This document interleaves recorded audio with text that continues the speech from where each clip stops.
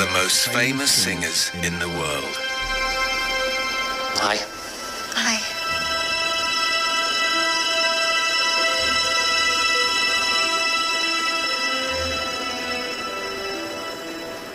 You really want to do this? As one half of singing duo The Carpenters, Karen became a pop icon of the 1970s. Yet by the end of the decade, she was staring into an abyss.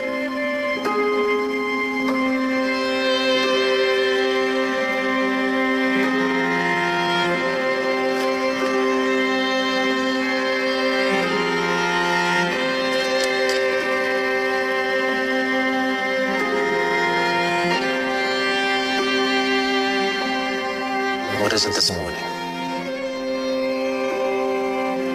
79 pounds. 5.5 stone. Karen, this can't go on. I know. Karen, your heart. It's a time bomb. A time bomb waiting to stop.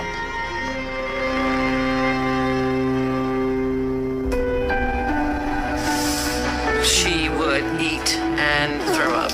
It was devastating. Her skin was just hanging on her. They said to her, Karen, you're so thin you look like you have cancer. Karen Carpenter fought anorexia nervosa for over 7 years before her death in 1983. Go to the internet, look up Good Morning America, Carpenters, and you go, oh my God, this woman is a stick insect. Karen Carpenter died today of Some believe Karen died because 40 years ago, few understood her condition. But did a family power struggle also have an effect on her health?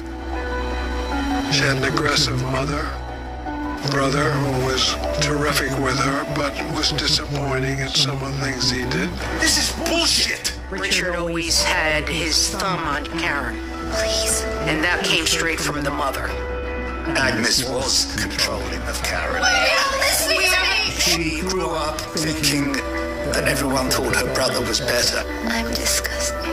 She really wanted to please Richard. I let you down. I'm sorry. Somewhere along the line came this speculation of some sort of incestuous relationship. I've got no doubt she was a tortured soul. This is the inside story of Karen's struggle against illness and her own family. You told everyone! Told by some of those who knew her best. She wanted to be the perfect daughter, the perfect sister, the perfect wife. It's too many perfects for one young lady to handle.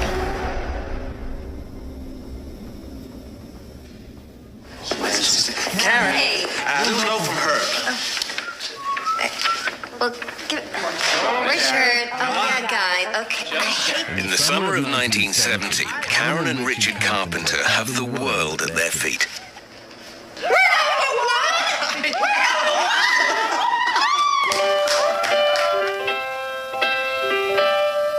The breakthrough single is Close to You. Why do birds? Heard here, Karen's soothing voice and innocent demeanor would become instantly recognizable. You are near, just like me. The track introduced Karen as one of the voices of her generation, and older brother Richard as a genius musical arranger. Back then, tracking that amount of vocals would not have been simple. That, wow, wow, wow, it is a hook in itself.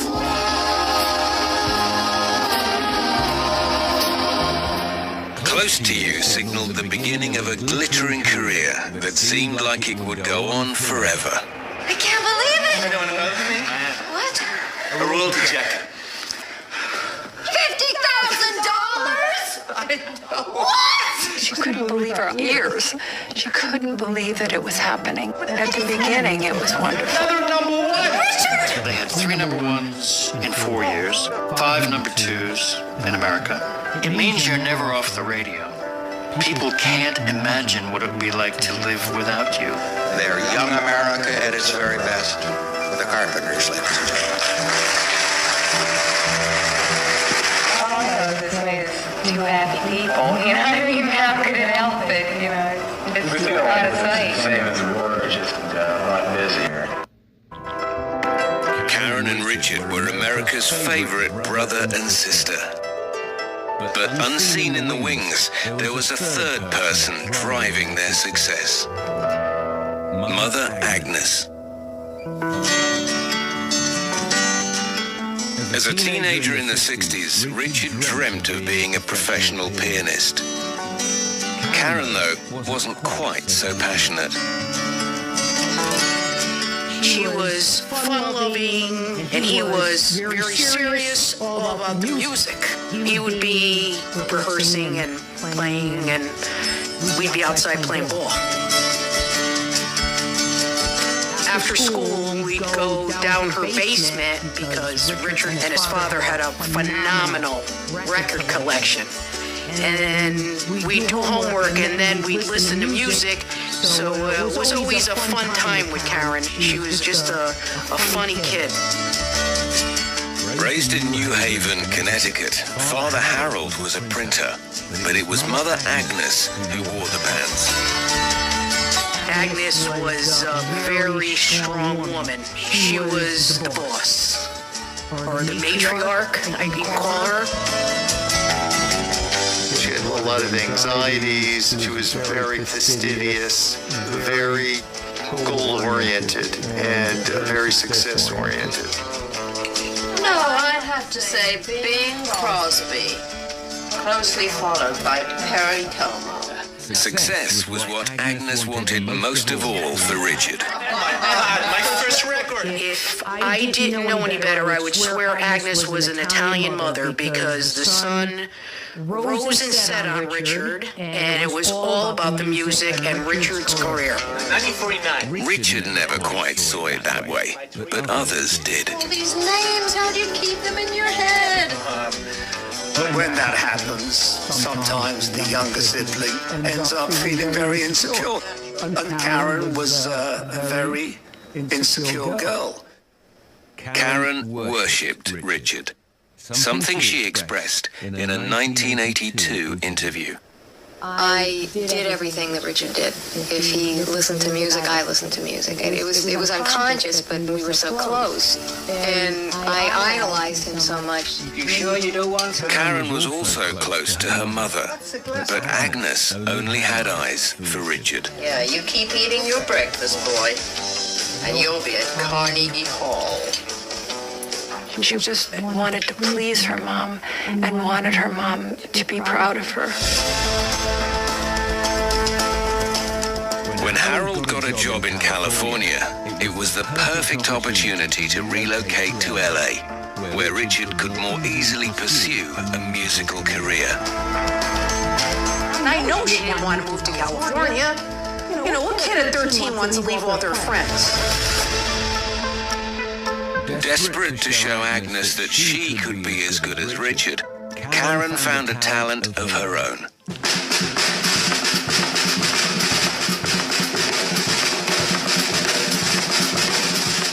Karen joined Richard's early piano groups.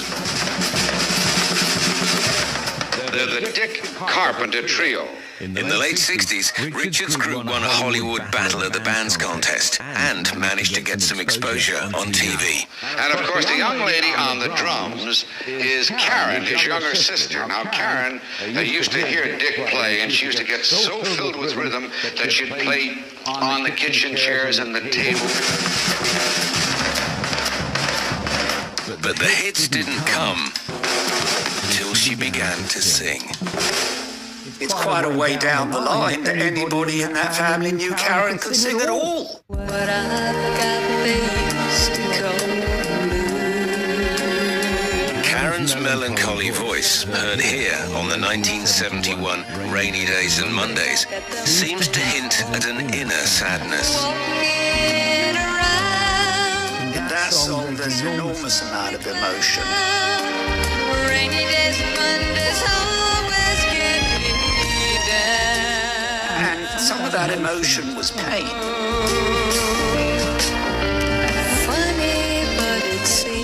Karen's voice was cherished by millions, from her adoring public to music royalty. Karen's voice reminded me of a piece of satin. Smooth, lovely not only to hear, but if you could touch it, you'd be very pleased. But Karen's been raised to believe that Richard is the only one with talent. I was with Karen one day, and we ran into John Lennon, who I'd never met, and she'd never met. And he turns to her and says, "I just want to tell you, love, I think you've got a most fabulous voice." And he walked on, didn't bother to introduce himself. And she said to me afterwards he couldn't have meant it. And that was Karen's lack of confidence. She doesn't believe that John Lennon could mean she had the most fabulous voice. And that's sad. By the end of 1971, Karen is world famous, but she's not comfortable with stardom. As Agnes and Richard take control of her life, Karen responds by taking control of her body. Oh, and then I saw her and she was 80 pounds. And it scared the living daylights out of me. I was heartbroken.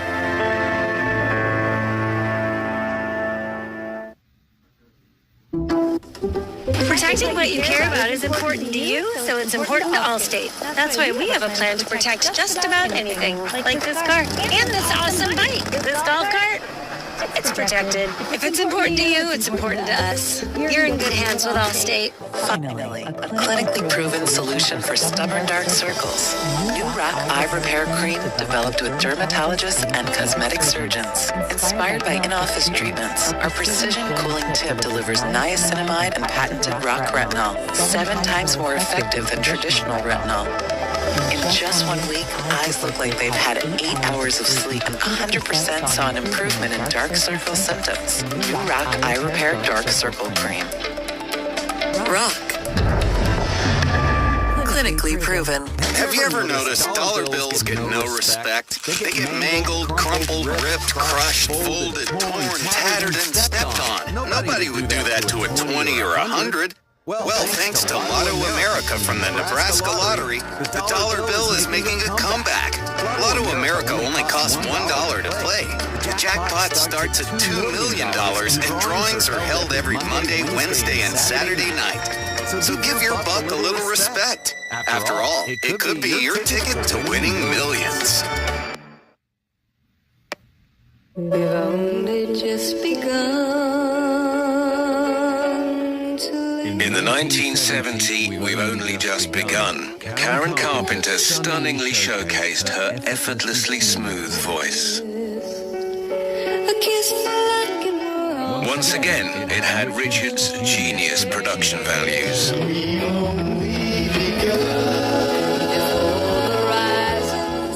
Richard turned that song into one of the great classics of all time.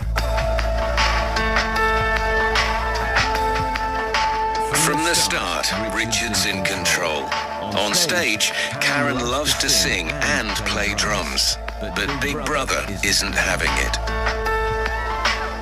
Karen would have naturally deferred to Richard, not because of gender politics, but because of age. She was the younger one. Karen was not comfortable coming out from behind the drums. She wasn't a front person. She was relatively shy. I saw a big difference, and that's when I think her personality to me changed. It was a nervous Karen who confirmed that coming out front to sing ballads wasn't her idea. Well, yeah, they finally got the message across to me that they wanted me to get up. But, I was the only girl in the group, so they were looking at me. To take the drums away from that person To make somebody go up front must have created some kind of separation anxiety. Richard and his mother Agnes know that putting Karen front of stage is good for business. The Carpenters, the group, was a family business. I mean, it supported Karen, it supported Richard, and it supported the parents. But family pressure soon proves too much for Karen. I don't feel that Karen set out in her life to be a rock star. It happened and then it just overtook her life. They were touring in Europe and it was excruciating. Everybody wanted them and everybody was booking them. And they had to keep the pace. The 1975 schedule is punishing. Karen struggles to play 118 shows in 5 months.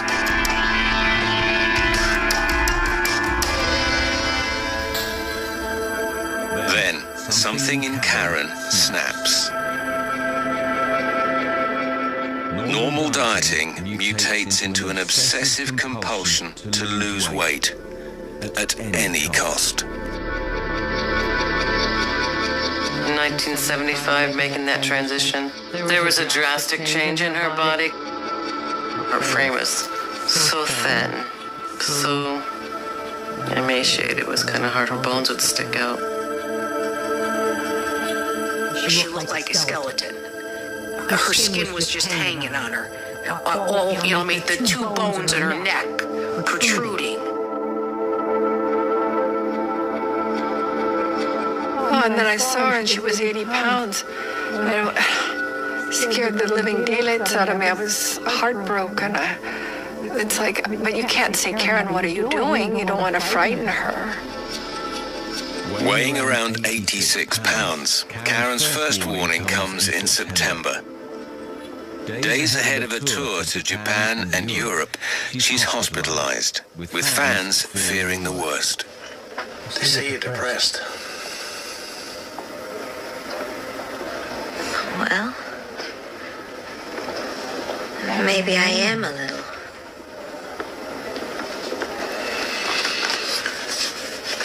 They say you have cancer. Richard, I'm exhausted. We've been on the road too long.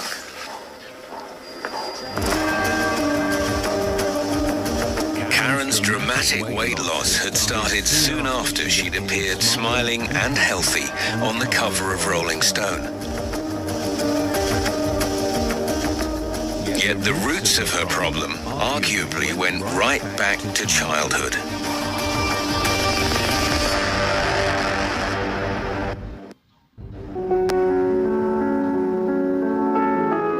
As a teenager, Karen felt fat. Agnes was philosophical. She said Carpenter women had always been hefty in the butt. I think that she was insecure because Agnes watched everything she put in her mouth. You sure you don't want some proper breakfast? What's a glass of water? Where I come from. And I remember being there after school. I think we were eating cookies. And she made some kind of comment as, watch what you're eating, or how many did you eat, or something to that nature. She wasn't fat, but she had the sort of baby fat of a young girl.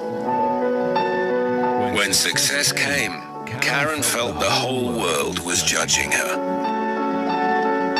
She just felt that she was gaining weight in the wrong places and not in the right places. And she was frustrated by the fact that she couldn't lose the weight in her hips. I knocked on her dressing room door and she was in a state of undress. And I sort of went, oh, sorry about that. And I sort of listened, and her upper body was skinny. She was very, very slight. But she was very big-hipped, which I didn't think she should have been, because I thought she was very tiny. Karen knew what people were thinking. So she decided to do something.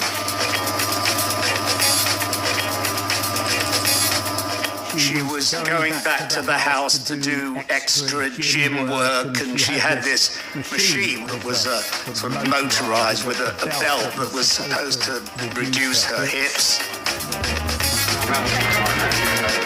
Despite the workouts, reviews started to get personal. The Chicago Sun-Times said, Karen's not gorgeous, but at least she's trying. But it wasn't just her looks the critics were unhappy with. Things like have just been said about us that are totally absurd, and it's just things that don't make any sense and have no validity to them. It used to bother me terribly in the beginning, and then I said to myself, well, fine, but you just learn to walk away from it.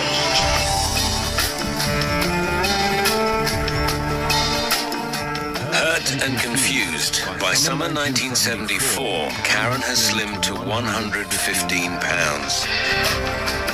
We all complimented her. Wow, Karen, you look so well. Look, oh my goodness, what did you do? And she did look amazing.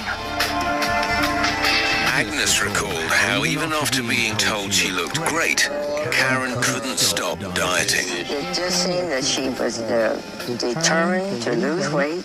She wanted to be thin like you see the models that everybody are. Sure. And so she'd get down to about 115. She looked perfect. As her weight dropped, Variety magazine couldn't resist a jibe. Karen looks almost like a wraith. She should gown more becomingly. The press had noticed. But had Karen's mother?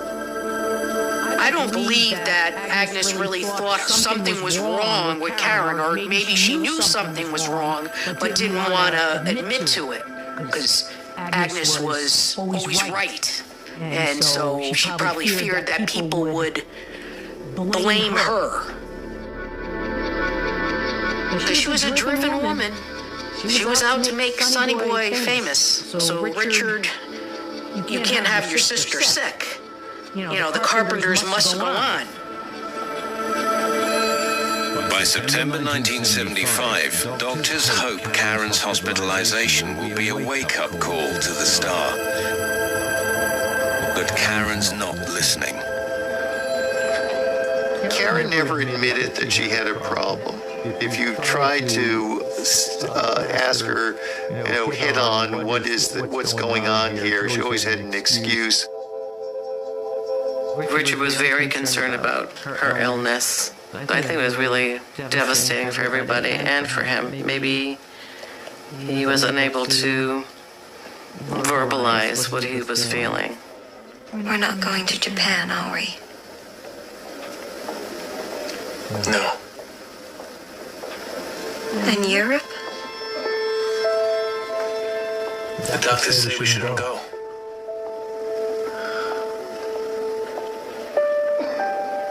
I've let you down. I'm sorry. Postponing the world tour, the band loses millions in revenue. Disappointed fans are told Karen has a colon problem. But after a short break, she's back at work again. There's a kind of hush. In this 1976 promo for A Kind of Hush, Karen appears to have put on some weight, but her body still appears frail. When she came out on stage, the people were gasping. She was so thin. And I said to her, Karen, what's wrong? You look horrible. You're so thin, you look like you have cancer. For the first time, Karen's parents get an insight into what might be wrong with their daughter. Reader's Digest magazine has published an article about eating disorders. I had to write it down. Anorexia nervosa. Anorexia nervosa. Sure is one kind of a name, ain't it? Well, I don't understand it. She's not fooling me, Agnes. Karen's illness now has a name, though as Agnes struggles to accept her daughter's problem, She has it bad. she's about to discover her son has one too.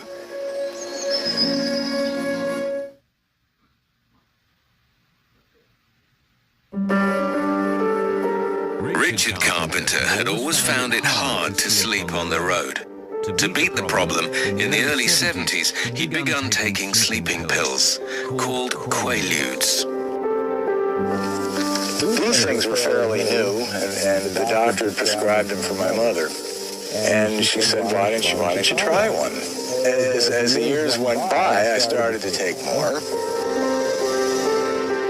In November 1976, the Carpenters are in Europe to record a live album at the London Palladium.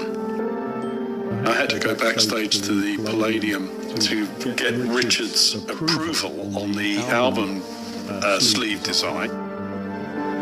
But he was clearly getting up in the morning taking a downer. He sort of shared that with me because he was quite out of it, so the meeting was quite slow. And I was worrying about his judgment. But we got through the meeting and the decision was made. But I remember leaving and thinking, oh, that was much, much harder than it should be.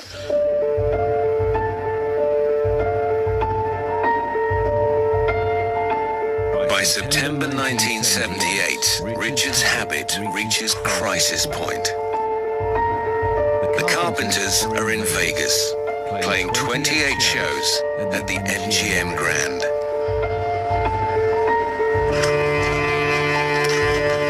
By now, Richard's so strung out on Quaaludes, he's struggling to perform on stage. Those pills are gonna kill you, Richard. What are you doing tonight, Karen? Or today? Or yesterday? I said those pills are gonna kill you. Jeez. You can talk? Richard, you can't sleep. Your hands shake, you slur your words. Richard, you're addicted.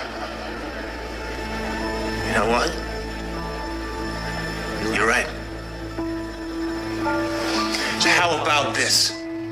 I quit. What? Las Vegas. It's over. No more shows. Richard's decision to quit the Vegas shows early is a disaster for Karen. You quit? I'm not playing another night. Richard and Karen were just so close. They were like one person almost. What about the band, Rich? We got 30 crew on the payroll. We pay them off. She needed Richard. He was very talented. He was the arranger. He wrote the songs. She looked up to him because he was her older brother. I mean it. It's over.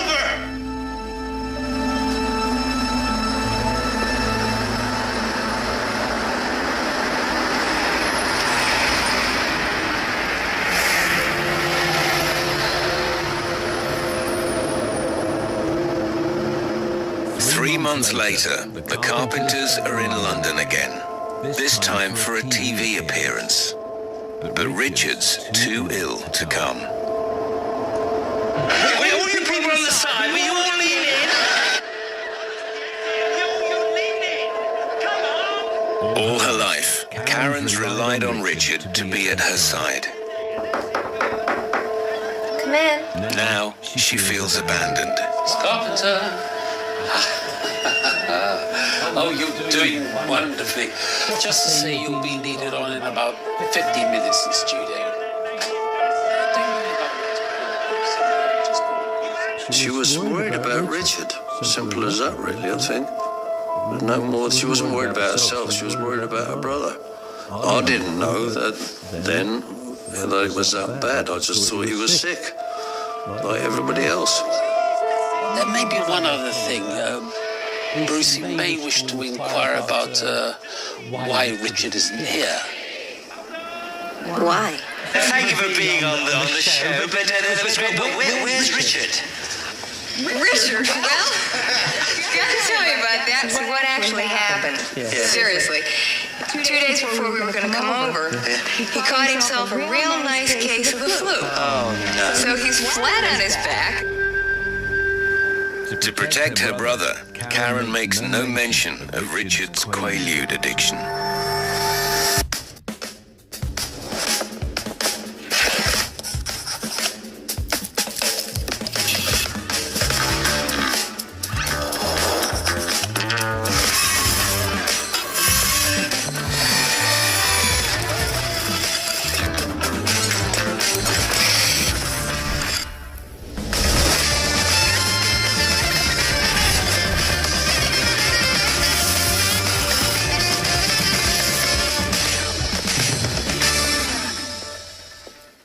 Meet America's favorite tubing mascara. Liquid Lash Extensions Mascara from Thrive Cosmetics. Your secret to longer, fuller lashes in just one swipe. With over 330,000 5-star reviews and one sold every 11 seconds. We can't wait for you to experience your best lashes ever.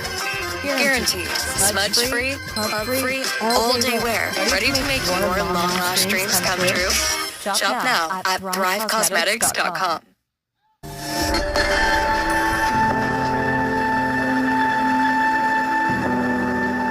In Los Angeles, Richard's condition is worsening.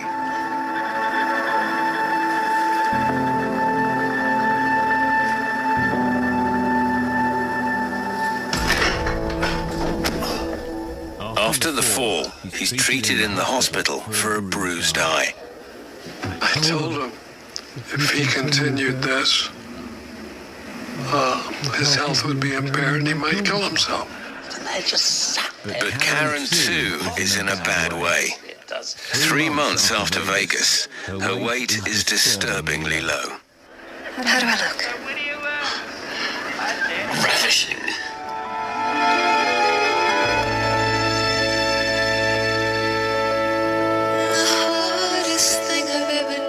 Performing I Need to Be in Love, Karen appears tired and gaunt.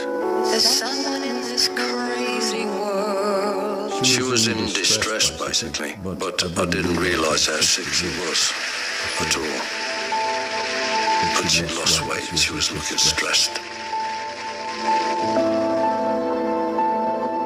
Cut loose from Richard's control and his protection, Karen will retreat into a world of secrecy, self-loathing, I found these. and lies. What are they for, Karen?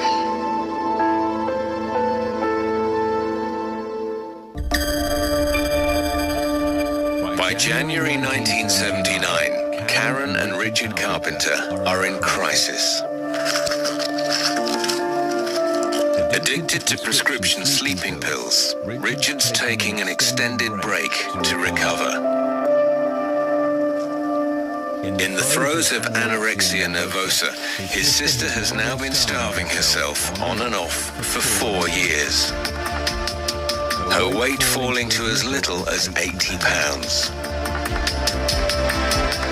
I think the woman was extremely unhappy. I don't think anybody realized how depressed she was. And depression made Karen not eat. Both Karen and Richard desperately need help. But right now, only one of them is admitting it.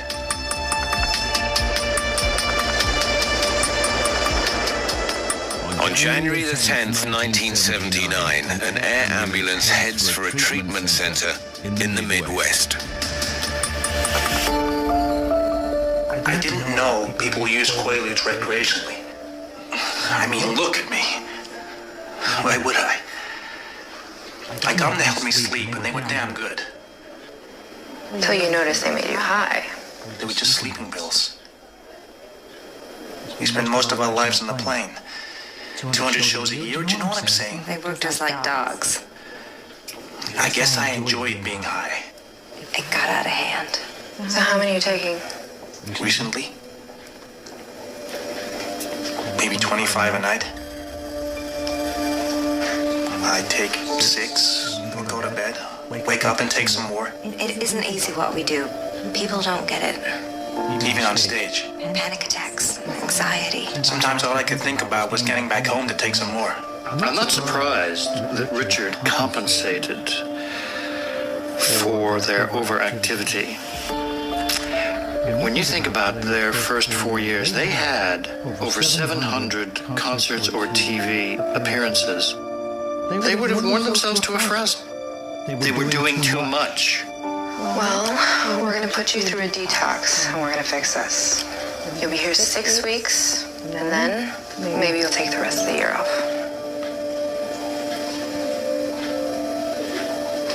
Thank you. I know I need help. I know that now. With Richard out of action, the Carpenters go into hibernation. But almost 9 years after their first hit, Karen has an idea. Karen, would you ever consider going solo? Solo? No, because it's too perfect right now to even spoil. So it's perfect just the way it is. You're gonna do what? A solo album. What the hell are you talking about, a solo album? In her diary of January 79, Karen writes of a confrontation with Richard. Stop this. What's wrong with you? This has been going on for years now. You're starving yourself. You're overreacting. Karen wanted to strike out and see if she could do something by herself. And I believe he was threatened by it. Rich, you know I've always wanted to do my own thing. You need help, Casey. I need you to say it's okay. It was important that he give his blessing that she could do it. She must have felt terribly conflicted, terribly guilty. Please. Richard was a lot like his mother. I want to do this. As controlling as Agnes was, it went right into Richard. Please. Okay, do the freaking album. Yes. And by her doing a solo album, he wasn't in control. It's gonna be great. It's gonna be amazing. Okay? I gotta go.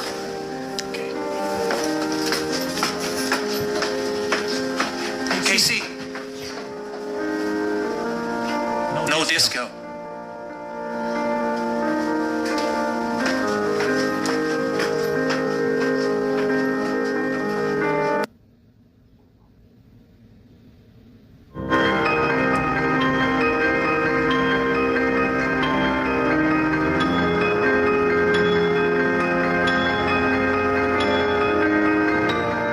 In May 1979, Karen heads for New York.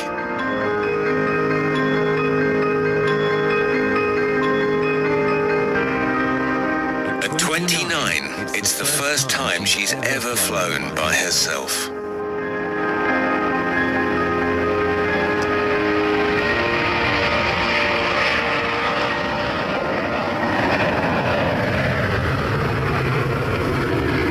Have you ever seen a live one as big as this? Oh my gosh, this is fantastic. The man she hopes will reinvent her career is Grammy-winning producer Phil Ramone. He's at the top of his game. Acoustics to die for? Karen wants Phil to help her find her own style and rebrand her as a sassy star for the 80s. This is where you'll be singing. I'll be working in there. You, me, the band over there. Karen Carpenter.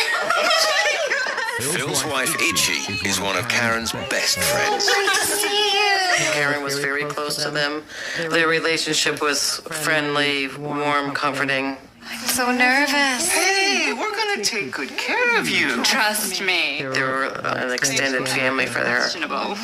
But he knows his way around a mixing desk. Itchy was like that female part that Karen probably needed, that BFF. We're gonna take that gorgeous voice of yours. Phil Ramone was more a producer, but I was very loving and caring with No Karen. idea what he's talking about. But, Jackson like not too many harmonies, because that's classic Carpenters, and we are not doing Carpenters.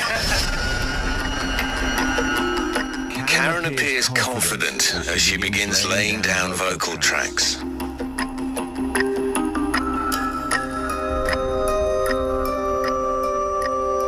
Yet behind closed doors, she's living a personal hell. As well as dieting, Karen's also flushing her body out with laxatives. She had this binge and purge where she was bulimic as well as anorexic. And then, she wanted to purge her body of whatever she ate. So either it was coming up one way or going through her body another way.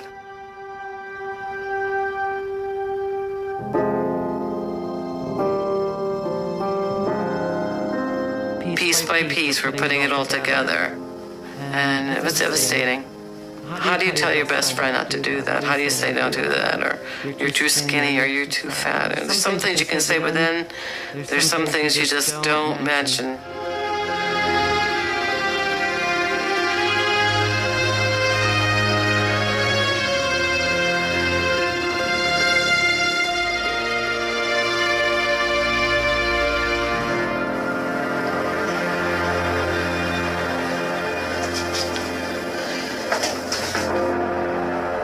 Work on the album progresses, but staying over with Phil and Itchy, Karen's body kicks back.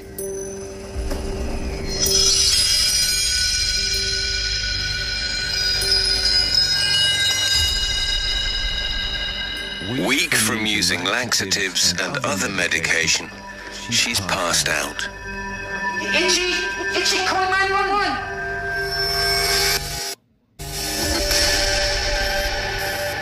Easy now. You're fine. The guy said it. Yankees, oh my God, are you hitting on me? Hey, I'm just joking.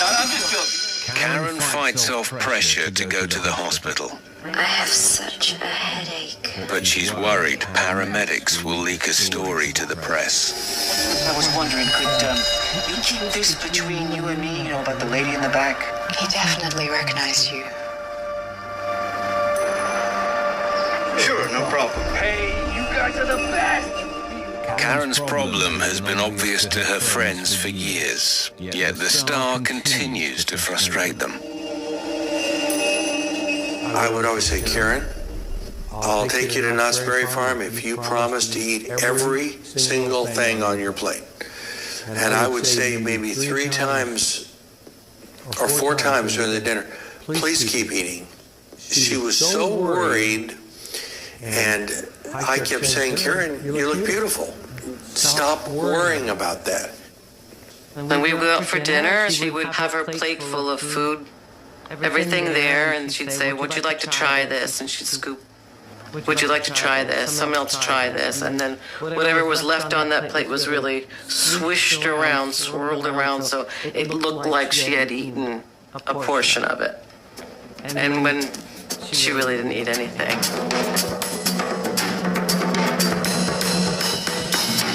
At the studio, Karen sometimes comes in early to practice drums.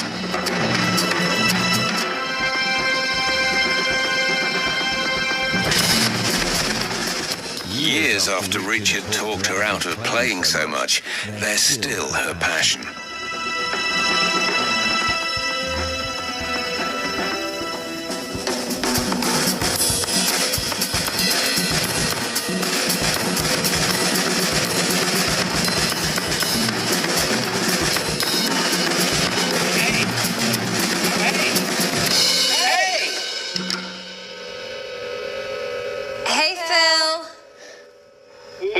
Rich was in the house.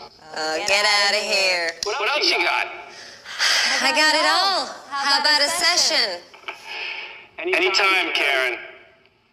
But you know what I'd rather do? I'd rather take you out to get something to eat. Manhattan Grill, Crystal Praise, beanies. We got them all inside of 5 minutes. Sure, Phil. Sounds like a gas. And listen, the thing is, when we get there, Karen, I actually want you to eat. She'd be so thin, she'd put on like 5 or 6 layers to hide it, so no one would notice. Scarves over coats, over blouses, so that we didn't see how thin she was. Jim, either I'm crazy or you've got to do the whole thing again. This cake is so good. I look back then and I don't think we worried enough about it. Warren says he hates you, and no. Did she con us to an extent? And I say that in the nicest of ways. Have plenty of sugar in your life. That was so good. But that's what happens with that illness. I just don't think any of us thought about it enough. After 9 months, Karen's solo album is complete. But Richard, now out of rehab, Casey, hasn't heard any of it. no disco. My experience with the tile shop was amazing. It was actually my first time working with them, and from the moment of entering in, selecting all these amazing tiles, they were so hands-on and helpful. I didn't know what to expect, but they blew me out of the water. Parents, you won't believe what a family vacation can be. So we've got pretty busy lives. Needless to say, we are always on the road. So that's why we have to have CarShield. CarShield protects your car from unexpected breakdowns and can help save drivers like us thousands on car repairs. You know, I like to think I'm kind of like CarShield. Tough, dependable, charming. That actually sounds like you're talking about me. I'm the CarShield in the relationship, and I'm here to save your butt and save us money. Well, it is the perfect match. Every aging car needs CarShield to keep them on track. Call 800-790-0833. One of the tracks on the solo album is called My Body Keeps Changing My Mind, and it's a straightforward disco song. The words to it are interesting because she talks about, I know it wouldn't be right, and take me home tonight.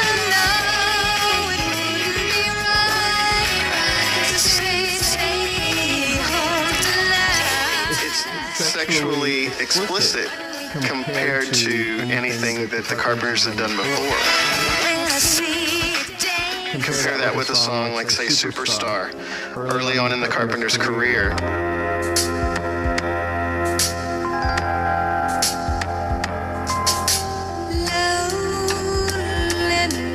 They were very deliberate about not offending anyone, and that was a song that said, I can hardly wait to sleep with you again. Well, the Carpenters didn't want to sing that because it went so against their image, so they changed it to hardly wait to be with you again. To be with you again. It was sort of the opposite of that with the solo album. They were looking for something that they considered to be more sexually aware, sexually mature, and My Body Keeps Changing My Mind is just one of many songs that were overtly sexual.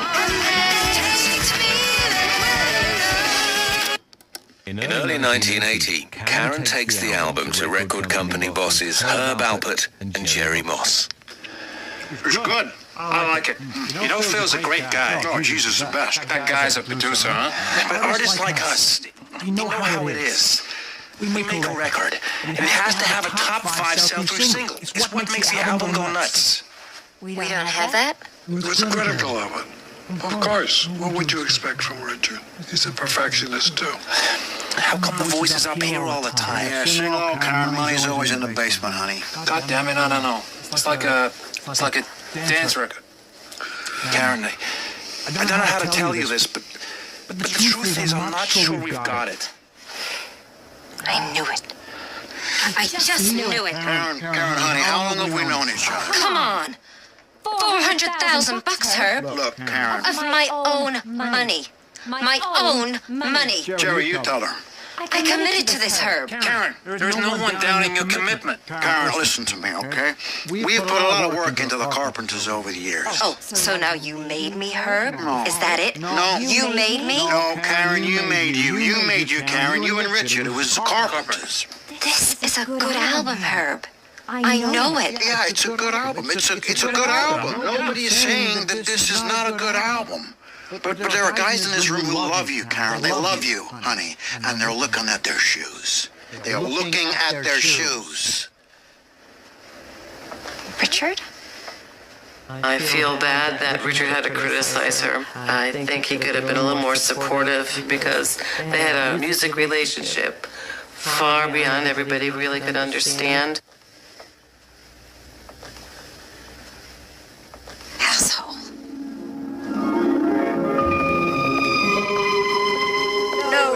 There's no need to be upset about this.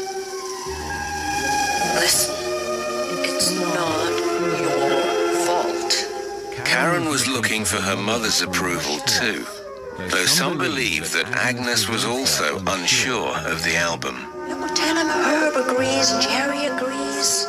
Richard Carpenter has always maintained that it was Karen's own decision, supported by the record company. Look, we made a decision. To shelve it. It's not being released.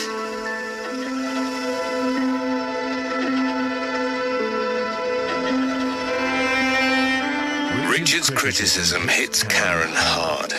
Still abusing laxatives, she's put to work on a new Carpenters record. But happiness eludes her.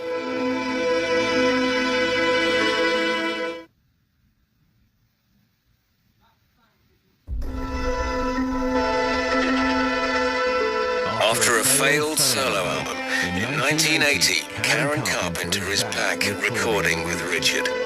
But she's still in the grip of a brutal eating disorder. And at the age of 30, she's also single.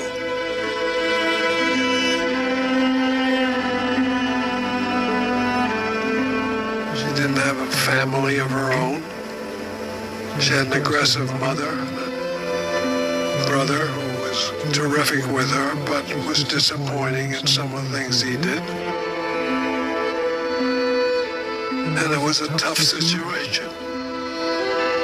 I remember Karen holding my two daughters and saying, I wish I had daughters like this. To me, that was a very emotional moment, but I remember saying, Karen, you still can. But to have kids, Karen needed a man.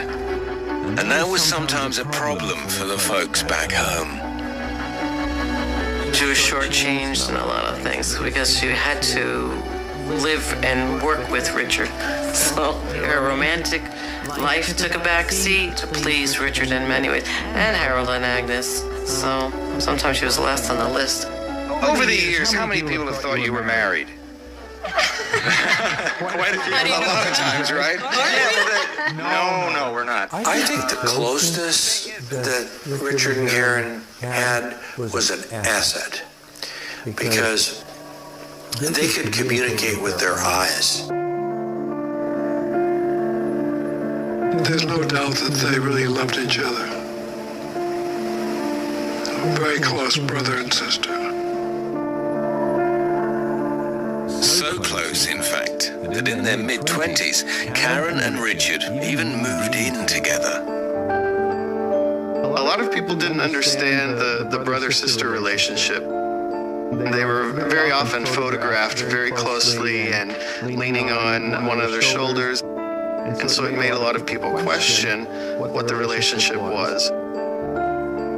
Somewhere along the line came this bizarre speculation of some sort of incestuous relationship that they were, as brother and sister. And you just went, what? It was never talked about, never discussed, never on the agenda. So, Karen, no wedding bells yet? What's going on? Well, there was the guy with the GDO.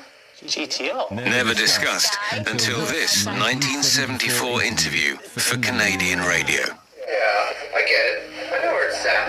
I might as well bring it out. I've listened to the lyrics of your songs. I know that Karen's singing them to you. I know they're about incest. You want to talk about this? Richard immediately denied the allegation. That's ridiculous. He said he didn't even write many of the love songs.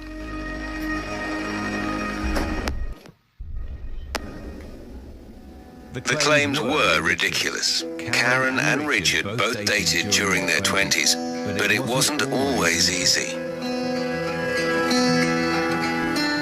In 1974, Richard hooked up with 21-year-old Randy Bash. Karen wasn't overly keen on Randy, either as a person or brother's girlfriend. So there was a bit of friction there. When Randy began staying over with Richard at the house he'd bought with Karen, his sister blew a fuse, packing her bags and moving back to Mom. One of Karen's early boyfriends was record company executive Mike Curb. Karen, when I was dating her, was living with her parents in Downey. And she appeared to have a very good relationship with them. I just thought, here's a girl who loves her family. Here's a girl that's close to her brother. They were like one person almost. Karen and Mike didn't last long. Neither did her love affair with English record company boss Terry Ellis. After the split, Ellis claimed Agnes had seen him as a threat to her control over Karen. Agnes liked to stay close to her daughter. Even on tour, she'd sometimes tag along for the ride. They came to Europe in February '74 to do a UK tour. It wasn't a rock and roll tour. You go backstage and there was Karen. I think her mum was there. They were all doing needlepoint, embroidery. And we what? It was like being in the waiting room of Henry VIII or something. All these people doing embroidery. Not the least bit rock and roll.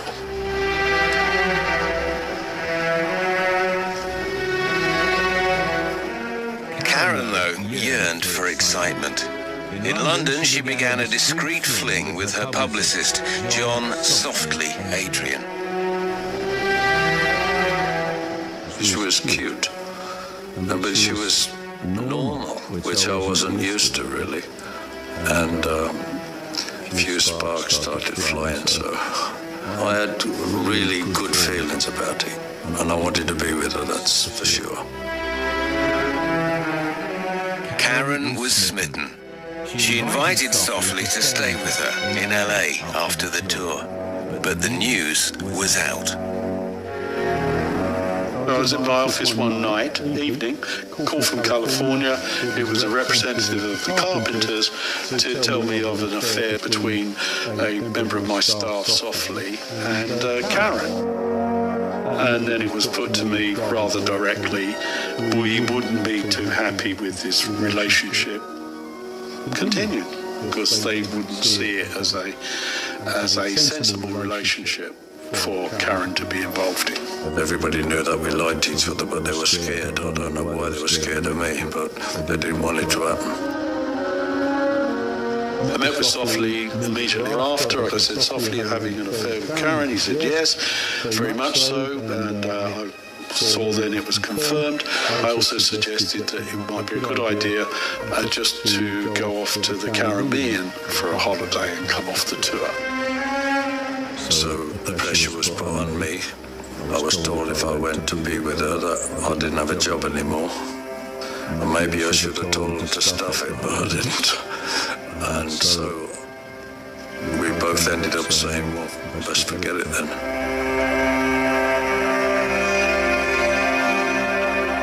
She had too many people trying to control her, I think. Parents, managers, brother. And then she had too many people to please, I think. Back in LA, Karen realized that her mother was getting in the way of her life, and living at home wasn't helping. How happy can you be, no matter how much money or fame you have, if somebody's controlling your life and what you do, what you say, what you sing, whatever? It was ridiculous. My mother tried to control everything. She also wanted her to stay in the house, and I urged her to leave the house and to get on her own. Karen finally left home for good, moving into her own condo on LA's Avenue of the Stars. She sent me a note, and it said, the bird has finally flown the coop. So that's how she felt. She was in the coop. Freed from her coop, Karen makes it known to friends that she's on the lookout for a man. she asked me if I knew anybody, and there was this really nice-looking young man, like a young Robert Redford. And I said, well, I have a young friend, you know, a young lady whom you might like to meet. And he said, sure, I would love to meet her. So you gotta trust me on this, okay? This guy is rich, okay? His name is Tom Burris, and on April the 12th, 1980, Carol Curb fixes up a meeting. Tom Burris, Karen Carpenter, Tom Burris. Sit down. No, I am not going anywhere. I'm staying right here. I want this is for the world. Can I get a beer, please? Yeah, I'll grab one too. Thank you. Hey, you gotta hear this story. So I'm in the car with Tom. This is not 10 minutes ago, and he's like, "So Tony, give me the numbers on this chick." Hang on. I absolutely did not say. They seem to have a real chemistry. And he seemed to be really taken with her. Anyway, In a 1982 radio interview, Karen recalls her reaction to Tom's apparent ignorance of her. And it came out that he really didn't know who I was. Don't take this the way this is sounding, but on the first date I hadn't known him for an hour. I said, what have you been under a rock for 10 years? You're gonna love this. Go on. He goes, I never heard of the Carpenters. What? He claims he didn't know who they were. I don't know to this day if that were true or not. I'm sorry. Oh my God! Don't apologize. Leave him alone. I know. Come on, I swear to God. I mean, where's he come from? I just don't get it. No, it's not that I don't get it. I'm sorry. I've never heard of it. You're just one of those rock guys.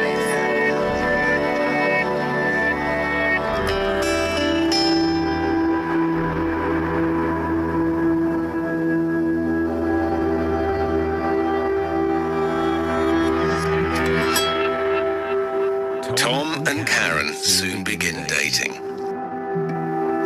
He just seemed like a great guy, and so we all thought she finally got what she wanted, and she's going to be okay.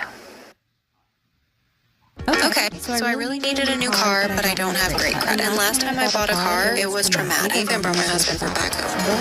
But we went to Drive Time. And honestly, Drive Time made this whole process so easy. I got approved online in like 30 seconds without a credit hit. And there was no high-pressure sales meetings. Because Drive Time lets you make a deal on your phone and shop for cars online. I got to set my own down payment and monthly payment. Everyone was super nice, and there was absolutely no drama.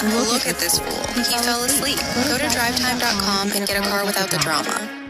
I was concerned that if I didn't do something about my weight, it was going to kill me. My insurance does not cover GLP-1s, even though I hit all the criteria to be eligible for them. The pharmacist told me it was going to be $800 a month. I immediately said no. There was no bill that I could cut out of my budget that would allow me to afford $500 a month for medication. Mochi was the most affordable. I'm a single mother, and the price point was correct. Mochi was my last resort. They definitely saved my life. Check out joymochi.com. Every Sunday night, he can't sleep. But not this Sunday. When you really need to sleep, ZQL has no equal. Get the deeply restorative sleep you need. ZQL Pure Z's. Just for sleep. Really great sleep. Are you fooling with me? Honey, I'm gonna give you the world.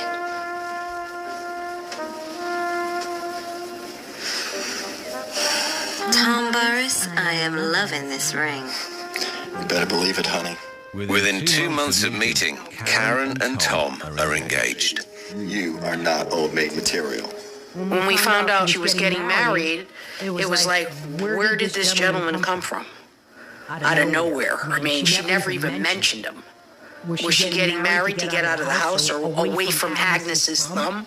I want kids, Tom. More than anything. I know, honey. That's how I was raised. Well, me too. Family's important.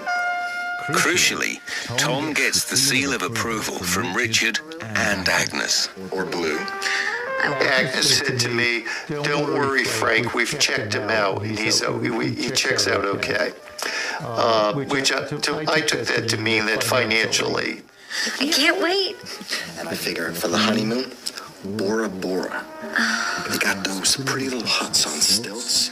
You can swim in the lagoon, seafood, every night. And then, honey, we can just fall asleep on the beach like we was kids. Karen's wedding is set for August the 31st, not even 5 months since the couple had met. Some of Karen's friends are nervous. To Itchy Ramon, Tom seems over-manicured. Her husband Phil says he's too perfect. And Karen's attorney, Werner Wolfen, is also concerned. There's a guy who knew everything, wouldn't take advice, didn't want to listen, until I said, I can't help you because you won't listen. Kind of a guy, you tell him something, he say, Christ, I know all that. Don't tell me, I've got it. Karen, though, is in love.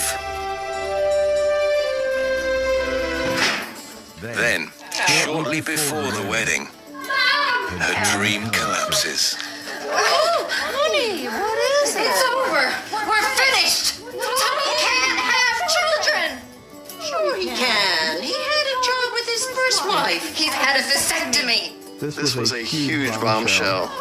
He only just told me. Everybody knew that Karen wanted children more than anything. I am not marrying him. Tom has offered to reverse the procedure, We gotta cancel. but Karen wants out. We have sent the invites out already. There are 300 guests. It's incredible, of course, that Agnes would respond in this way. I don't care. Tom can't have children. It was potentially reversible, but it was something he had kept from her all this time, and she felt really betrayed. But he knew.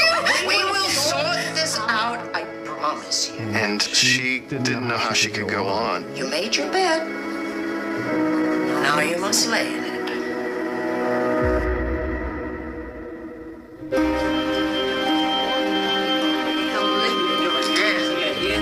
Oh, I think it works. It absolutely works. It's great, Mom. The day of Karen's wedding is one of the best of her mother's life. Flowers are magnificent. Richard is working so hard. I was there with her. 40-piece choir.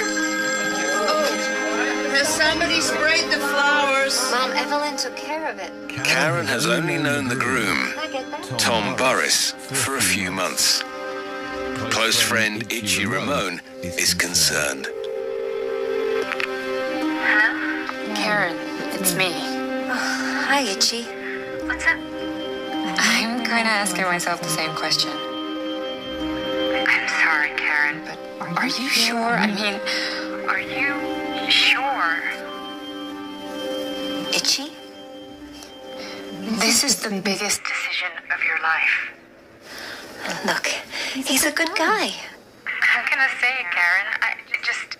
I just don't know how you're doing this. I want to be married. You know that. Fine, but you gotta be sure. You gotta mean it. Are you hearing me? I gotta go. Thanks for caring. Karen, tell me now. Are you play acting or are you really happy?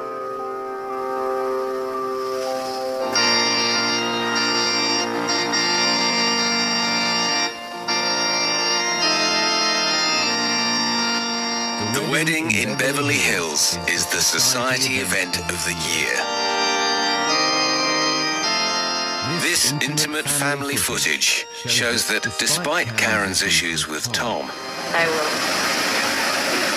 she's bought into the dream. I promise you may kiss your wife. Karen's wedding was like going to Cinderella's ball. She looked beautiful. She was all smiles that day, all diamonds and dazzling and just so happy.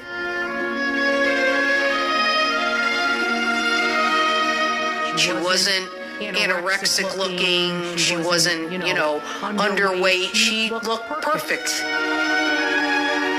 The Beverly Hills Hotel was just transformed into this beautiful English garden with lattice work and all kinds of hanging plants. It was just beautiful. But not everyone is convinced by Tom. I think we were all a little concerned about that relationship. Although when we were in his company, he was very nice and very doting to her, but something to me was not there. He just didn't look like somebody that Karen would have picked. Really think she married him to get out of Agnes's thumb.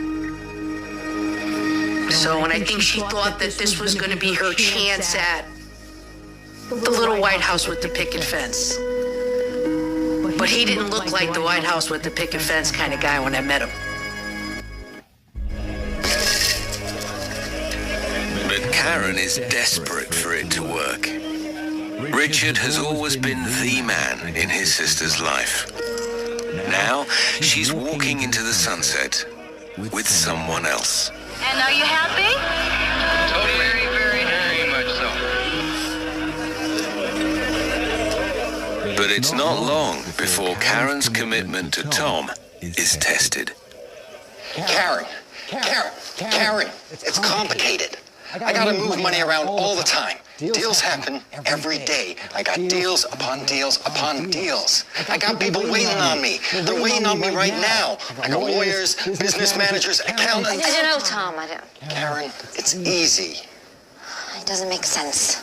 I thought you had money. Honey, ain't nothing to understand. I got money. He acted as if he was very wealthy. He pretended to have this boat and this airplane. He really owned nothing. He rented everything. I got bills too. Baby, you sold millions of records. You got dollars swimming around all over the place. This is just a few thousand. It's just a loan, okay? It's more than a few thousand that you're asking me for, Tom. I gotta think about this. Karen, it's just for a few days. It's easy. You want to borrow $50,000? She still was anorexic. She still had an eating disorder. I think this must have been very difficult for Tom. I gotta go. Tom later admitted he did have real estate problems during the marriage. He also said he cared for Karen and tried to get her help with the illness. But the two couldn't work it out. I just know that there were some things that were not right. Karen was not happy. With the recording and straight out. Almost a year into the marriage, Karen appears skeletal on ABC's Good Morning America. Because we both agreed to... She would tell us the good and the bad things. And I didn't like the bad things about the money issues. Money around all the time. I think that he used her financially. Since I got married, which is a year ago yesterday. That's correct. The day after her anniversary, Karen again appears thin, You know, we just moved down. promoting the Carpenters' new album on TV.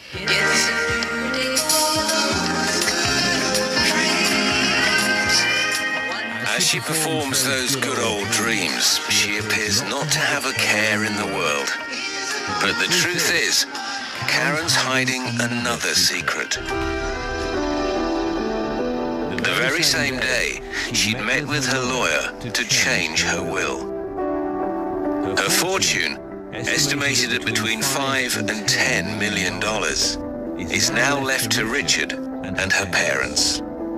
If she dies, Tom Burris gets only the house and its contents. She married the wrong guy. Would anybody have been the right person? Not with Agnes and Richard. Because it was something they couldn't control.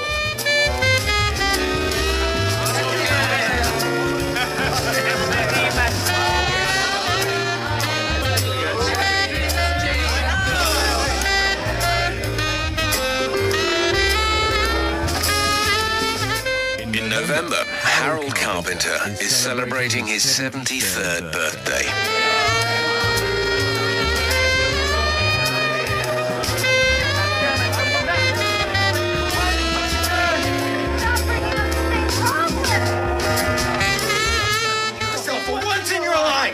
What's up with that guy? Why does he keep talking to my sister like that? I hope things are okay. Really? Look at the speed of you! Somebody must do something. No, Mother. She's married now. We can't. Just get out!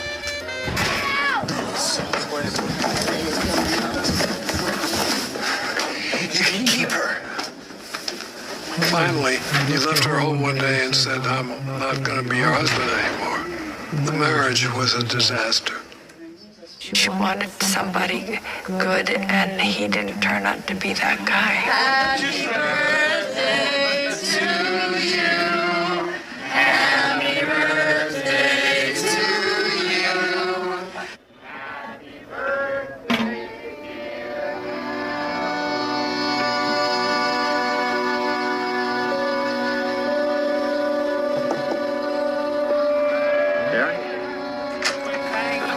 Karen? What happened?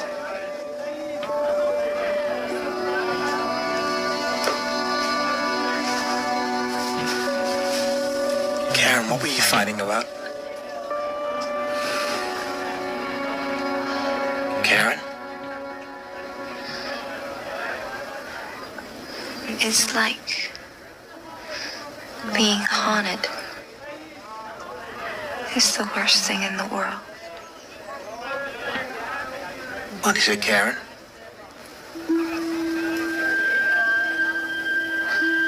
I'm disgusting. I am. I'm disgusting.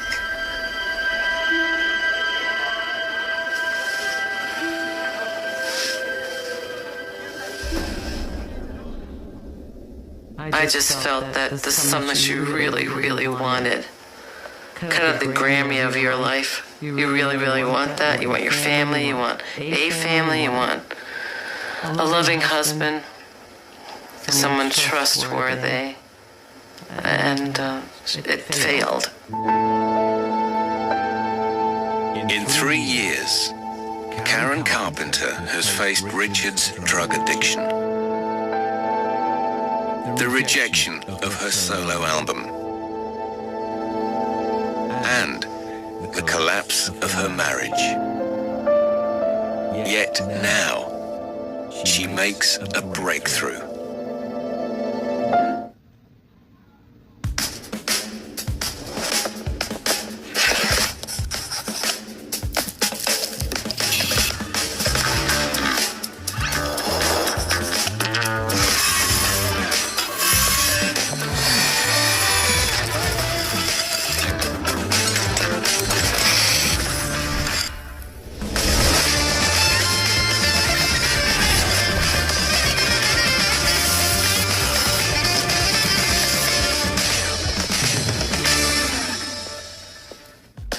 This Prime Day, you can get a $1,500 Amazon.com gift card when you buy or lease a new Hyundai.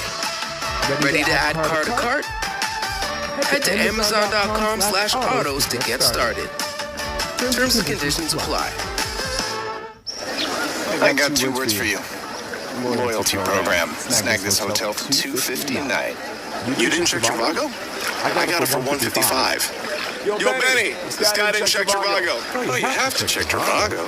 Look, on Trivago, you can compare prices from multiple different sites. And loyalty programs and prices from hotel websites. Same hotel, $100 less. 2 words. Check Trivago.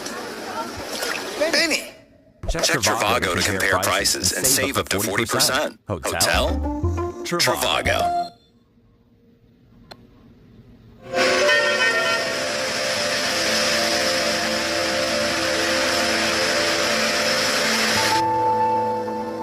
In early 1982, Karen returns to New York to begin long-term treatment for her anorexia. Her therapist is celebrated eating disorder specialist Stephen Levenkron. So, Jeez, no couch? The couch is overrated. $500 a week and no couch. Maybe put on 10 pounds? I'll give you a couch. May I? Why not? So, listen, I know it was difficult making this move. And what move do you think I'm making? I think we both know why you're here. To get rid of the anorexia? To save your life. How much you weigh this morning? I should mention, there's only one rule in this room. Only one?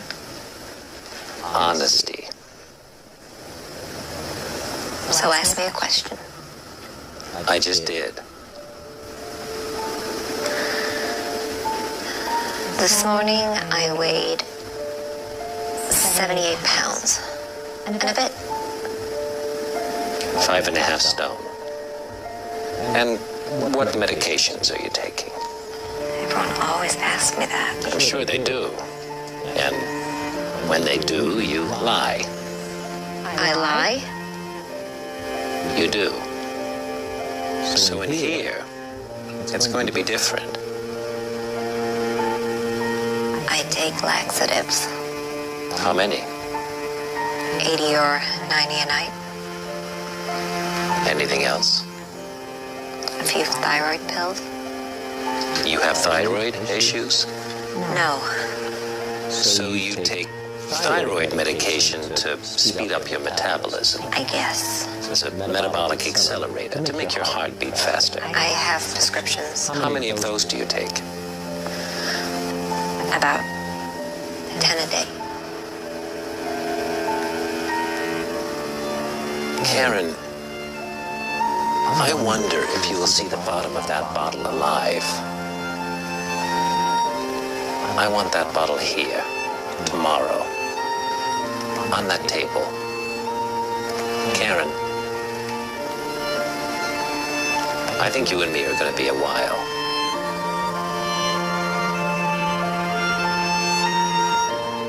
Karen begins daily sessions, but Richard is skeptical.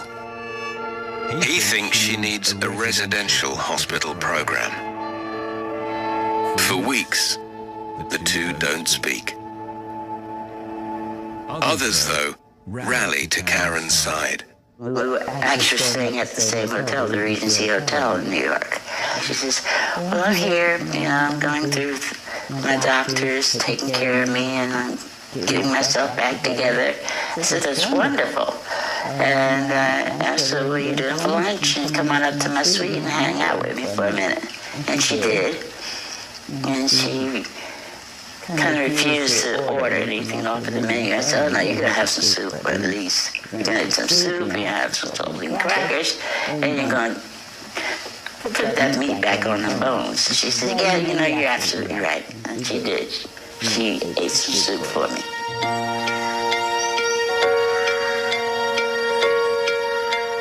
With daily therapy, Karen warms to Levenkron. She says he makes her feel good about herself. We talk to each other almost every day on the phone. She was telling me how the therapy was working, that she was getting better. Sounded like she was getting to terms with the anorexia, and that she assured me that she gained weight. You can have this dance with me. You can hold my hand. In May, the single Beechwood 45789 is a slightly pedestrian Carpenters cover of the Marvelettes' 1962 hit. In the video, Karen looks happy and fit. Don't be shy.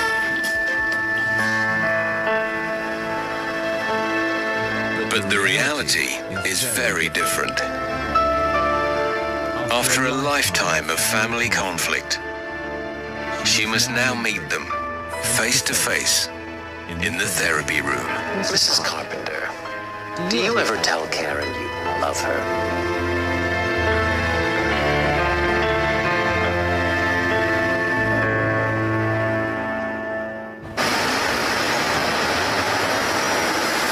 In the spring of 1982, Karen Carpenter is undergoing intensive psychotherapy. Searching for the origins of Karen's anorexia, her therapist has summoned her family to New York. She'd been in a family that had been very, very difficult for her to be in. The overbearing mother, the brother who was the favorite. She was reaching out for something.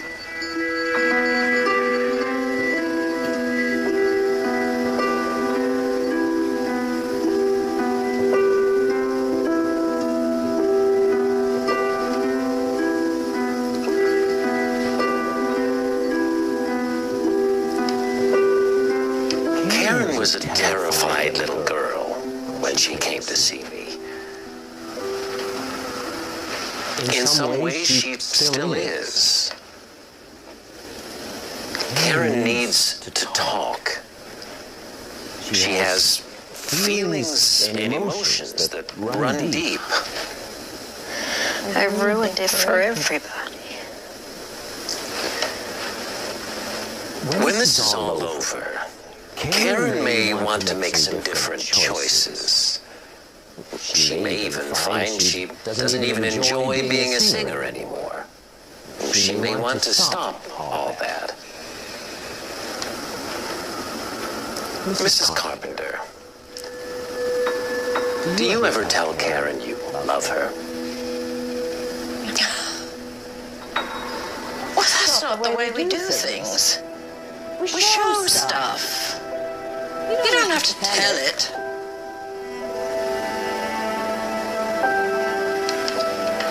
Go ahead.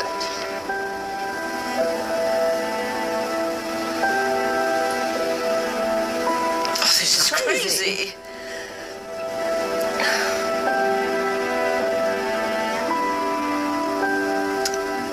Karen?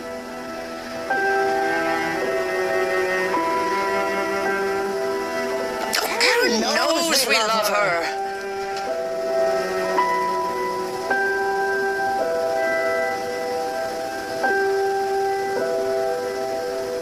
Speaking in 1991, Richard would defend his mother. We are not that type of family. It's just not the way we were raised. And yet Karen, I certainly never doubted my parents' love and commitment to us, and I know Karen didn't either. I think, if anything, that it actually may have been a little bit too much. Almost stifling in concern and protectiveness and all of that. Despite an uncomfortable session with Agnes, Karen's health improves. She takes time off from therapy to work on new material. She still was anorexic. She still had an eating disorder. So it's always a mixed message. I want to get better, I want to gain weight, but here it was still very difficult for her to accept gaining weight. Karen says she's quit laxatives, but a concerned Levenkron has asked Itchy to keep an eye out. Hey, Itchy.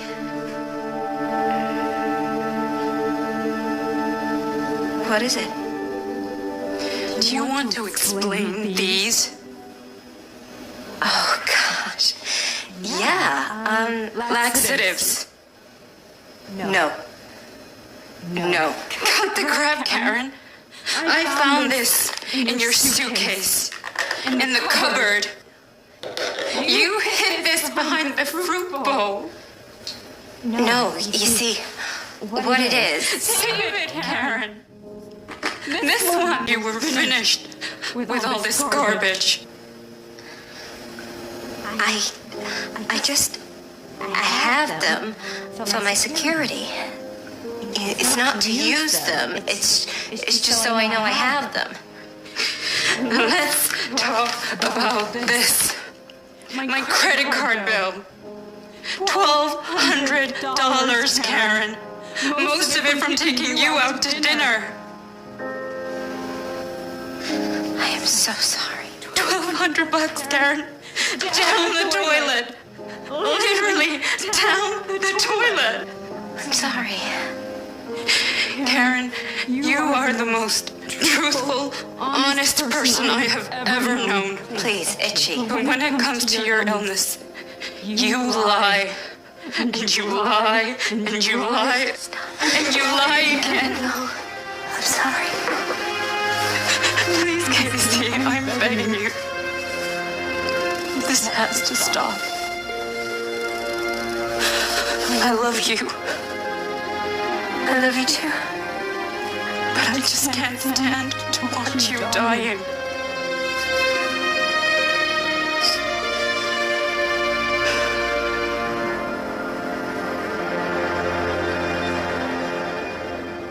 Stephen Levenkron has been treating anorexia for 12 years.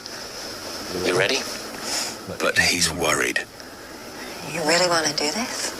He wants to try a new strategy. It's an experiment. Asking Karen to survey and evaluate her own body. Come on. It's okay.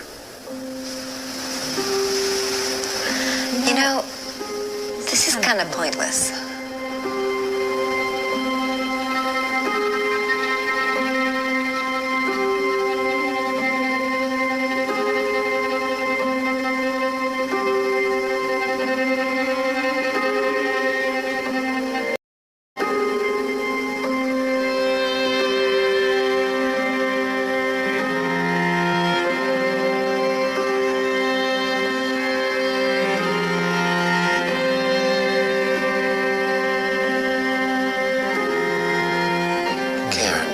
This can't go on. I know.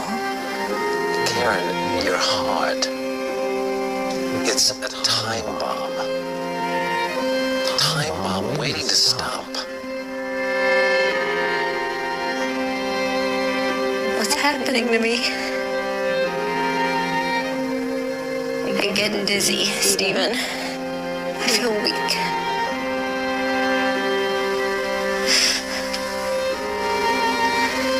After an 8-month struggle against the odds, Levenkron has only one option. Yeah. Get me to the hospital. Lennox Hill.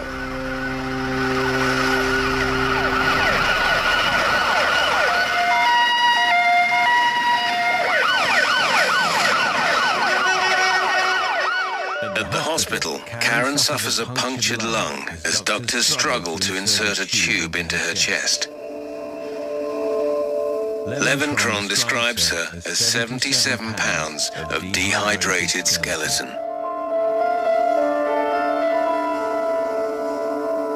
It takes weeks of intravenous feeding for Karen to pull back from the brink.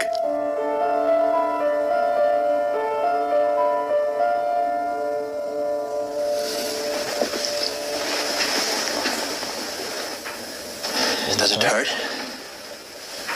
Oh. It feels kind of weird. Food in a tube, huh? I'm putting on weight. Just watch me. I'll be on top of the world. I know I get mad and yell my brains out. I'm sorry. Levenkron isn't helping you. You're just getting thinner and thinner. Richard, give him a chance. I gave him a chance. I watched you come thousands of miles to talk, and it's like you're just not getting better. You're worse than when you started. This is bullshit. I'm putting on weight. Karen, you could have died.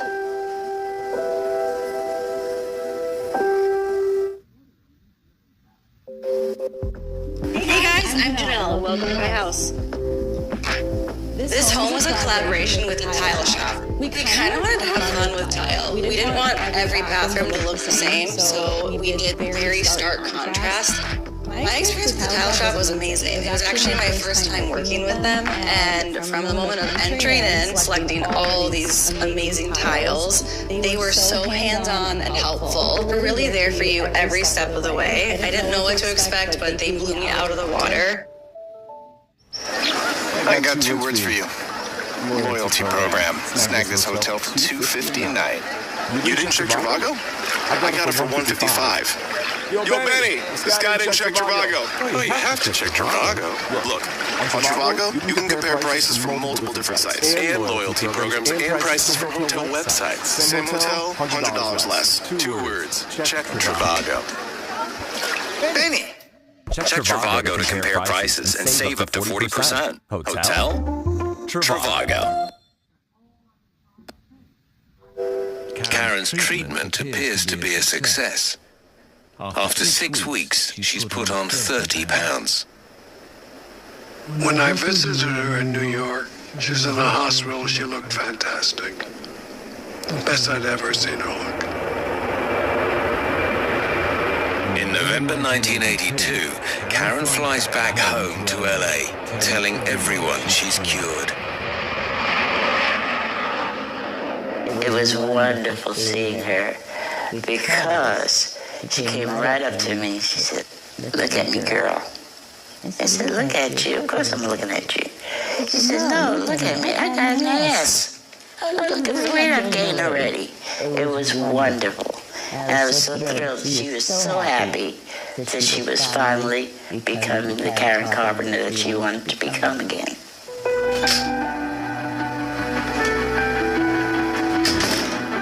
But something's not right. Dining out with her mother, Karen disappears into the restroom.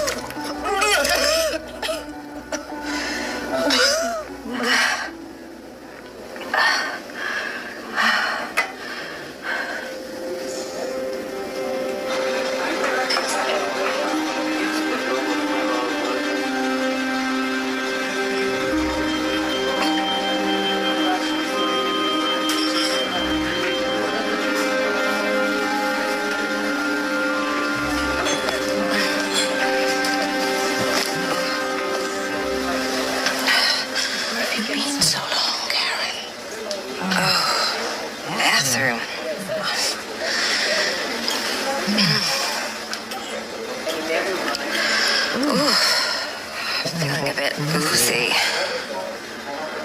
You all right? Tired.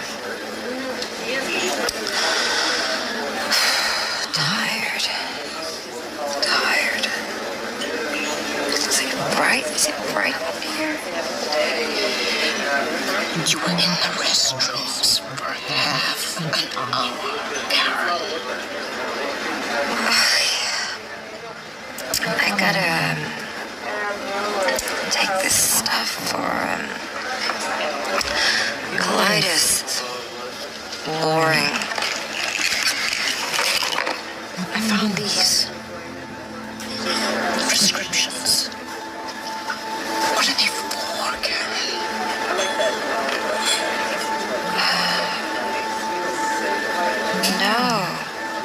No. Some, oh gosh, got old. Jeez, it's old stuff. Yeah.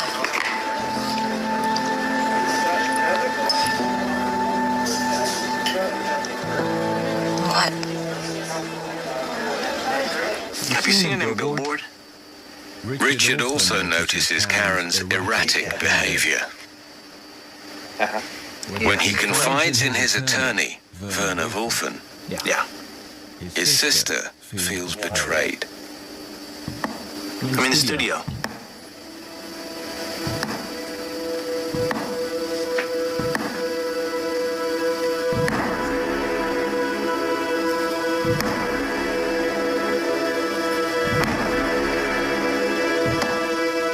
I'll call you back.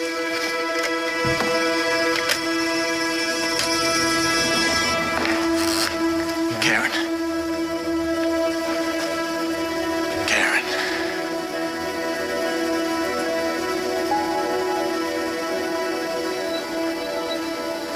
but not a pleasant meeting. You told everyone! You told them I'm not better. Richard told her, you're still doing what you're not supposed to do. Why do you do that? And she didn't have a good answer. You don't think I'm better? Karen. What is it with you, Richard, huh? I can see it in your eyes. You had such beautiful eyes. I supported you when you were ill. All I want is the same from you. It's all I ever wanted. I think it's an indication on her part that nobody ever really took over her and looked after her. It made me think later maybe I should have done more. Karen, I think you're still sick. Richard! Karen, I love you.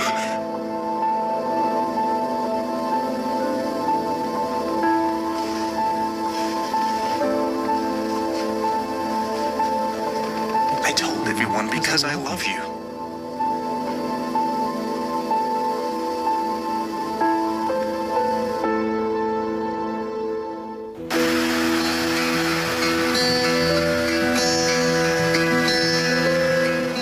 A little after midnight on February the 4th, 1983, That makes sense. Karen Carpenter is at her mother's house. No. In the morning, she plans to have a manicure. Yeah, we can still do that. No. But after that, Karen has some unfinished business. Yeah, I think I'm gonna go for red. Finally, she decided she wanted a divorce. Over a year since her relationship broke down, Karen and Tom Boris are still married. Yeah. So they were going to go have their nails done, and then she was going to go sign her final divorce papers. Karen has already discussed the divorce with her attorney, Werner Wolfen. I wanted her to sign the agreement. She said to me, well, did you really take it out on him? I said, no, I did not. I made a fair agreement with him. I didn't consult you. I didn't hurt you. I gave him what I thought was fair. The deal is done, but Karen still needs to sign the paperwork.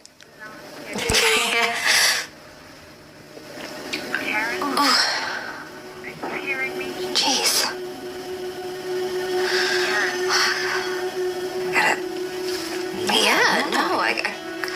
I got a super tight chest going on here. Yeah, no.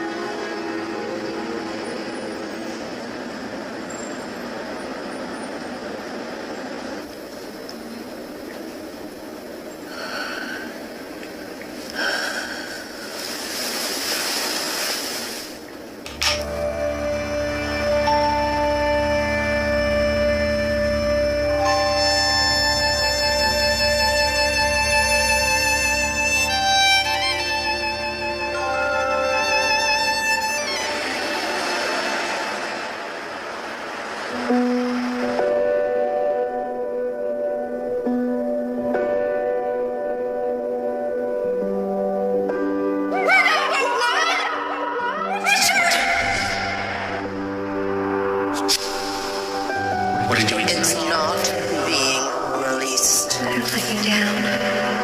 I'm sorry. This is bullshit. Major Will, please. I want to do this. Karen, stop this. No, you must lay. Get out! Get out! Karen knows we love her. Looking down. I'm getting dizzy, Stephen. I feel weak. I'm getting dizzy.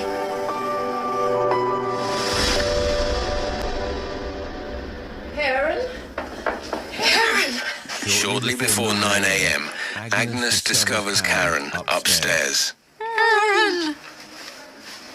Speaking on ABC's Good Morning America, Agnes recalled how she held Karen and called for help.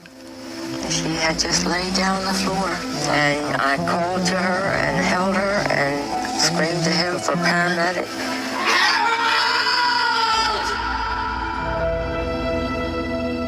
Agnes Carpenter exerted a powerful and controlling influence on both her daughter's career and her life. Yet when Karen fought back, emotionally and with her body, Agnes struggled to understand. I felt she was not up to the task. She couldn't figure out what the problems there were. She sort of gave up. I think it was Karen's way of striking back. She could control what she could eat, and her mother or her brother couldn't tell her what to eat, how to eat, when to eat, and how much to eat.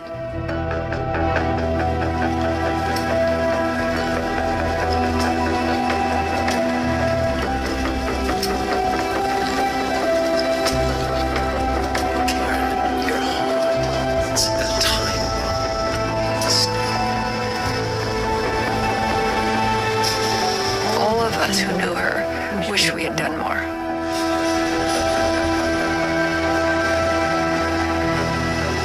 She went from this fun-loving kid to this adult that there always seemed to be something behind the eyes. Beautiful, beautiful big brown eyes. But I think of those big brown eyes now, and she was asking for help. At 9:51 a.m., doctors abandon CPR. Karen Carpenter, the pop singing star, died today of cardiac arrest. She was just 32 years old.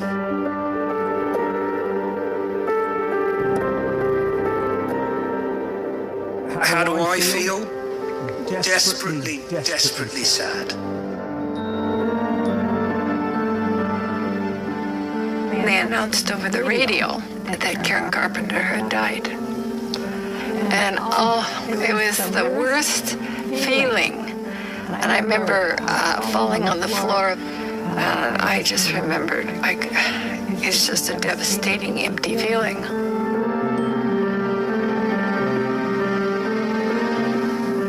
I almost fainted because I thought she was on the road to recovery. I did not think that she was at risk of dying. Karen's autopsy revealed her heart had been damaged by a substance called emetine. It was found in a pharmacy drug used to induce vomiting. Karen's abuse of emetine and other drugs was triggered by a disease she battled for over 7 years.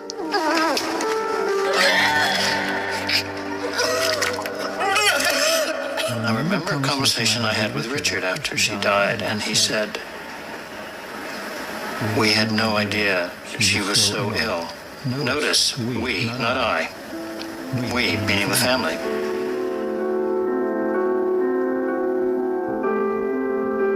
I know, and I've known for years, that I did the absolute, and my family did, and our friends did, the absolute most they could have done. Karen never did make it to Werner Wolfen's office to finalize the divorce. She was still married when she died. Her mother called me and told her that she was dead. I couldn't believe it. But I tell you, it's like losing a child. Because in a way, she was a daughter.